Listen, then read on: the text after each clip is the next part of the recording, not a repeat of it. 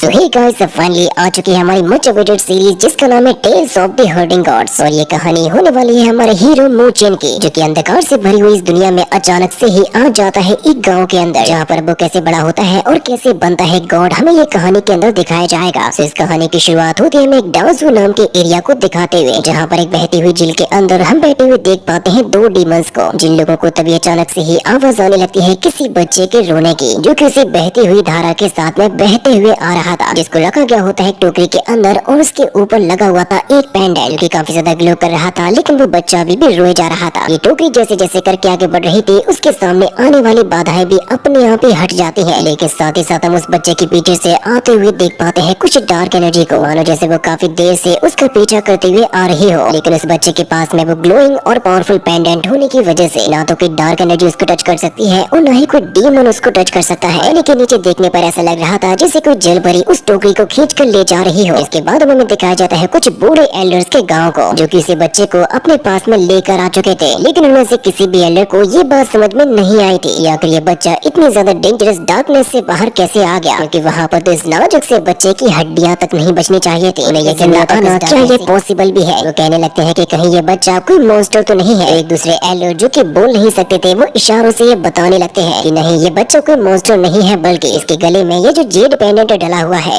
वो एकदम पावर्स को रखता है हमारे गांव के स्टोन स्टैचू के ही जैसे। और यही वो रीजन है जिसकी वजह से ये बच्चा इतनी ज्यादा खतरनाक डार्कनेस से भी जिंदा निकल के आकर ये बताते हैं कि इस जेड पेंडेंट को बहुत ही ज्यादा पावरफुल होना चाहिए। लेकिन ये छोटा सा बच्चा अभी भी बहुत ही जोरों के साथ में रोए जा रहा था। तो ये कैलर को गुस्सा आता है और वो बहुत ही जोरों से अपने हाथों को मार देते हैं टेबल से, जिसकी वजह से ये छोटा सा बच्चा रोते हुए हवा में उछल चुका था। यहाँ तक कि वो एल्डर तो दोबारा से उसी बच्चे पे ही हिट कर देता है, जो कि जैसे दीवार से टकराने वाला था। तो फिर तभी एक ग्रैंडपा उसको बचा लेते हैं। ये कहने लगते हैं कि हम सभी के सभी लूजर्स हैं और हम सभी को मजबूर रहना पड़ रहा है इन बर्बादियों में। जरा ये सोचो कि हम लोग एक दूसरे को संभालने में कितने ज्यादा परेशान हो जाते हैं, आखिर हम लोग एक छोटे से बच्चे को कैसे ही पालेंगे। इसलिए अच्छा यही होगा कि हम इसको वहीं पर भेज दें जहाँ से ये आया है। ये कैलर कहने लगता है कि कैसा रहेगा अगर मैं इस बच्चे को यहीं पे ही शांत कर दूं। इसको खत्म करने के लिए वो भेज देता है अपने एक सेंटीपीड को। लेकिन तभी वहाँ पर हम देख पाते हैं ग्रैंडमा को, जो गुस्से के साथ में ये कहने लगती है कि आज से वो बच्चा मेरा है। अगर किसी ने भी उसको हाथ लगाने की भी कोशिश की तो मुझसे बुरा कोई भी नहीं होगा। मेरे पास में गाय है जिसके दूध से मैं इसको पालूंगी। बच्चे को पालने के लिए मुझे तुम में से किसी की भी हेल्प की जरूरत नहीं है। और वो उस बच्चे को लेके पहुंच जाते हैं विलेज के हेड के सामने और ये पूछते हैं कि मुझे चाहिए। ये कहने लगते हैं कि इस गांव के अंदर हम में से जितने भी हैं, इनमें से हर कोई किसी न किसी तरीके से तो डिसेबल है ही, लेकिन अब क्योंकि हमें मिला है एक बहुत ही हेल्दी बच्चा, तो हमें इस मौके को हाथ से नहीं गंवाना चाहिए। तो कैलर कहते हैं कि ठीक है, अगर आप भी यही चाहते हो तो आपको ही खुद से इस बच्चे को एक अच्छा सा नाम भी दे देना चाहिए। ये कहने लगते हैं कि ठीक है, मैं इस बच्चे को नाम देता हूँ मूचेन। ये नाम यहाँ पर सभी के सभी लोगों को बहुत ही ज्यादा पसंद भी आया था। चीफ कहते हैं कि आज के बाद से इस बच्चे को बुलाया जाएगा मूचेन के नाम से। और ये बच्चा भी ये खुशी भरा माहौल देखकर खुश होने लगा था। जिसके बाद हमें अगले ही सीन में उसी ग्रैंडमा को दिखाया जाता है, जो कि अपना कोई जरूरी काम कर रही थी। जिसके पीछे एक टोकरी के अंदर उसने रखा हुआ होता है चिन्मो को, जिसके पास में तभी एक बहुत ही ज्यादा खतरनाक डार्क एनर्जी पहुँचने वाली थी उस बच्चे को मारने के लिए। नजारा देखकर वो बच्चा तो खुश हो रहा था, क्योंकि उसे पता ही नहीं होता कि यहाँ पर क्या होने वाला है। लेकिन जो ग्रैंडमा होती है वो बहुत ही ज्यादा शातिर होती है, क्योंकि उन्होंने उस डार्क एनर्जी को पकड़ लिया था, जिसकी वजह से हम देख पाते हैं कि वो होती है एक डीमन लेडी, जो कि स्पेशली यहाँ पर मारने के लिए आई होती है चिन्मो को। जिसके बाद से अब यहाँ से चिन्मो का बचपन शुरू हो चुका था। यहाँ पर ये जितने भी ग्रैंडपास होते हैं उनमें से हर कोई ध्यान रखता है चिन्मो का। जब एक ग्रैंडपा चिन्मो को उठाता है तो उसके चेहरे को गीला कर देता है। इसके साथ साथ हमें चिन्मो के साथ में होती हुई और भी कई सारी एडवेंचरस चीजें भी दिखाई जाती हैं। हम देख पाते हैं कि चिन्मो किसी वजह से डूबने वाला था पानी के अंदर, जहाँ पर उसको एक मॉन्स्टर खाने वाला था, लेकिन उसको बचा लेता है एक कमल का फूल। इसकी वजह से चिन्मो काफी ऊंचाई पर हवा में जा चुका था और वो वहीं से लुढ़कते हुए आने लगता है पानी की वजह से। अब चिन्मो नीचे आ जाता है और वो घुटनों के बल चलते हुए जंगल के अंदर जाने लगता है, जहाँ पर बहुत ही ज्यादा खतरनाक क्रिएचर्स भी रहते हैं, जिनमें से अगर किसी ने भी गलती से भी चिन्मो को टच कर लिया तो चिन्मो की जान भी जा सकती है। लेकिन इतनी आसानी के साथ में मरना ये तो चिन्मो की किस्मत में नहीं था, बल्कि वो तो इन्हीं डेंजरस क्रिएचर्स के साथ में खेलने भी लगता है। इसके बाद हमें अगला सीन दिखाई देता है, जहाँ पर सभी के सभी एल्डर्स देखते हैं कि चिन्मो पहुंच चुका है एक बहुत ही ऊंची पहाड़ी पर, जहाँ से फिसलने की वजह से वो गिरने वाला था नीचे। जो चीज देख के तो सभी ग्रैंडपास की तो सांसें ही अटक गई थी। लेकिन चिन्मो को हवा में गिरते हुए और झूलते हुए बहुत ही ज्यादा मजा भी आ रहा था। लेकिन तभी हवा में फ्लोट करते हुए चिन्मो को पकड़ लिया होता है एक ईगल ने, जैसे कि उसको तुरंत ही बचाने के लिए वहाँ पर पहुँच जाते हैं ग्रैंडपा। लेकिन चिन्मो को परेशान कर देता है, जिससे कि वो ईगल उसको ले जाकर फेंक देती है अपने घोंसले के अंदर, ताकि उसके बच्चे चिन्मो को खा सके। लेकिन चिन्मो तो इतना ज्यादा शरारती होता है कि उस घोंसले से भी नीचे गिरने लगा था, जहाँ से गिरते हुए अब चिन्मू बड़ा भी होते जा रहा था। अपने बचपन को क्रॉस करते हुए पहुंच चुका होता है अपने टीनेज में, और अब चिन्मू अपने टीनेज में आने के बाद ढूंढने का काम करता है औषधियों को। लेकिन ये जो जगह होती है वो वाकई में बहुत ही ज्यादा खतरनाक थी। साथ ही साथ चिन्मू भी बहुत ही ज्यादा खतरनाक जगहों से औषधियों को ढूंढता है। औषधियों को ढूंढते हुए अब चिन्मू पहुंच चुका होता है स्टोन स्टैचू के सामने, जिसके रहस्य को आज तक चिन्मू जान भी नहीं पाया था। लेकिन तभी अचानक से ही यहाँ पर चारों तरफ ही फैलने लगती है डार्कनेस, जिसके बारे में चिन्मू को भी समझ में नहीं आ रहा था कि आखिर अचानक से ये क्या होने लगा। लेकिन वो जैसे ही एक स्टोन को टच करता है तो सारी की सारी चीजें पहले जैसे ही हो जाती हैं। काफी सारे छोटे छोटे स्टोन्स जो कि हवा में फ्लोट कर रहे हैं। चिन्मू को डर लगता है, इसी वजह से वो तुरंत ही यहाँ से जा भी चुका था, जो कि बहुत ही ऊंची ऊंची पहाड़ियों पे चढ़ के कलेक्ट करता है काफी सारी औषधियों को। और यहाँ का ये जो रूइंस वाला एरिया होता है वो बहुत ही ज्यादा मिस्टीरियस भी नजर आ रहा था, क्योंकि इसमें इतने ज्यादा खतरनाक और स्कैरी बीस्ट रहते हैं। कोई भी बिना स्किल्स वाला बंदा यहाँ पर सर्वाइव भी नहीं कर पाएगा। चिन्मू भी काफी ऊंची चट्टान पे चढ़ के मस्ती करने लगा था, जिसके बाद में वापस से दिखाया जाता है चिन्मू को उसके ही घर पर। और बाहर की तरफ में जो एनवायरनमेंट में चेंज हो रहे थे वो बहुत ही ज्यादा स्कैरी थे, जिसके विजन्स को देखते हुए तभी अचानक से ही आँख खुल जाती है चिन्मू की। ग्रैंडमा से ये कहने लगती है कि मैंने तुम्हें बाहर की तरफ औषधियों को ढूंढने के लिए भेजा था, लेकिन मुझे समझ नहीं आता कि आखिर तुम बाहर के अंधकार में सो कैसे सकते हो। अगर तुमने दोबारा से ऐसा किया तो मैं भी तुम्हें बचाने के लिए नहीं आऊंगी। इस बात के बारे में तो चिन्मू को भी पता नहीं होता कि आखिर इसके साथ में एक्चुअली में हुआ क्या था। जिसके बाद अब अगले दिन जब चिन्मू जा रहा होता है विलेज चीफ ग्रैंडपा के साथ में, और वो उनसे ये कहने लगता है कि आप हमेशा ही डार्कनेस के बारे में बातें करते रहते हो, क्या मुझे बताओगे कि क्या डार्कनेस में कोई ऐसी चीज है जो कि मूव करती हो, या फिर कुछ ऐसा जिसके बारे में मुझे जानना जरूरी हो। क्या कुछ ऐसा हो सकता है जो कि किसी इंसान को ही निगल जाए। यहाँ के जंगल में भी बहुत सी ऐसी चीजें हैं, मुझे बताइए जरा उनके बारे में। तो चीफ कहने लगते हैं कि देखो बच्चे, इस बात से कोई भी फर्क नहीं पड़ता कि आखिर वो क्या है। जब तक हमारे पास में और हमारे साथ में स्टोन स्टैचूज रहेंगे, ना तो कोई डार्कनेस इस विलेज में आ सकती है और ना ही कोई स्पिरिचुअल बीस्ट यहाँ पर आ सकता है। जैसे कि चिन्मू उनसे कहने लगता है कि फिर तो आप मुझे स्टोन स्टैचूज के बारे में बताइए, आखिर यहाँ पर होने का मतलब क्या है और वो डार्कनेस को कैसे रोक लेते हैं। कराते हुए कहने लगते हैं कि हमारे डाजू के अंदर बहुत ही सारे सीक्रेट्स भरे पड़े हैं, जिनके बारे में जानते जानते तुम्हारी उम्र निकल जाएगी। लेकिन अगर तुम वाकई में सभी चीजों के बारे में जानना चाहते हो तो तुम्हें इंतजार करना होगा, क्योंकि तुम्हें बढ़ती जिंदगी के साथ में सब कुछ पता चल जाएगा। चिन्मू कहता है कि ठीक है चीफ, मैं जानता हूँ कि मुझे क्या करना है। इसके तुरंत बाद वो अपनी गाय के ऊपर बैठता है और यहाँ से जाने लगता है, और वो ये कहता है कि मैं यहाँ से जा रहा हूँ गायों के झुंड के पास में। ग्रैंडमा चिन्मू से कहती है कि अंधेरा होने से पहले तुम वापस आ जाना। जिसके जाने के बाद अब ग्रैंडमा ये कहने लगती है कि इतने साल हो गए, लेकिन हमें चिन्मू की बॉडी के अंदर कोई भी पावर अवेकन होते हुए नजर नहीं आई है। वो अपने चीफ से ये कहने लगते हैं कि कहीं ऐसा तो नहीं है कि हमारा चिन्मू एक नॉर्मल ह्यूमन हो जिसके अंदर कल्टीवेशन करने की भी शक्ति ना हो, और वैसे भी नॉर्मल पर्सन के पास में अपनी जिंदगी को बचाने के ज्यादा चांसेस नहीं होते। और ऊपर से हम सब ये जानते हैं कि हमारा ये डाजू कितना ज्यादा खतरनाक है। ये बच्चा बिना पावर्स के कब तक और कैसे सरवाइव कर पाएगा। फिर इस विलेज के फार्मासिस्ट ये बताने लगते हैं अगर मुझे कहीं से 4 स्पिरिट्स का ब्लड मिल जाए तो हो सकता है कि हम चिन्मू की बॉडी के अंदर कल्टीवेशन को भी अवेकन कर सके। लेकिन ये चीजें कहने में जितनी आसान होती हैं एक्चुअली में उतनी आसान नहीं थी। जब चिन्मू के साथ में एक बहुत ही बड़ा हादसा होने वाला था, अभी हम चिन्मू को देख पाते हैं जो कि अपने गाय के ऊपर बैठकर जा रहा था और बंसी बजाते हुए जा रहा था। इसके साथ साथ हमें यहाँ पर और भी कई सारे लिटिल क्रिएचर्स भी दिखाए जाते हैं जो कि इस जगह की ब्यूटीनेस और डेंजरसनेस को दिखा रहा था। चिन्मू ये सोचे लगता है कि डाजू के बाहर ये जो अंधकार फैला हुआ है, फिर वहाँ पर ऐसा क्या हो सकता है जिसके बारे में मेरे गाँव वाले मुझे बताना नहीं चाहते। और साथ ही साथ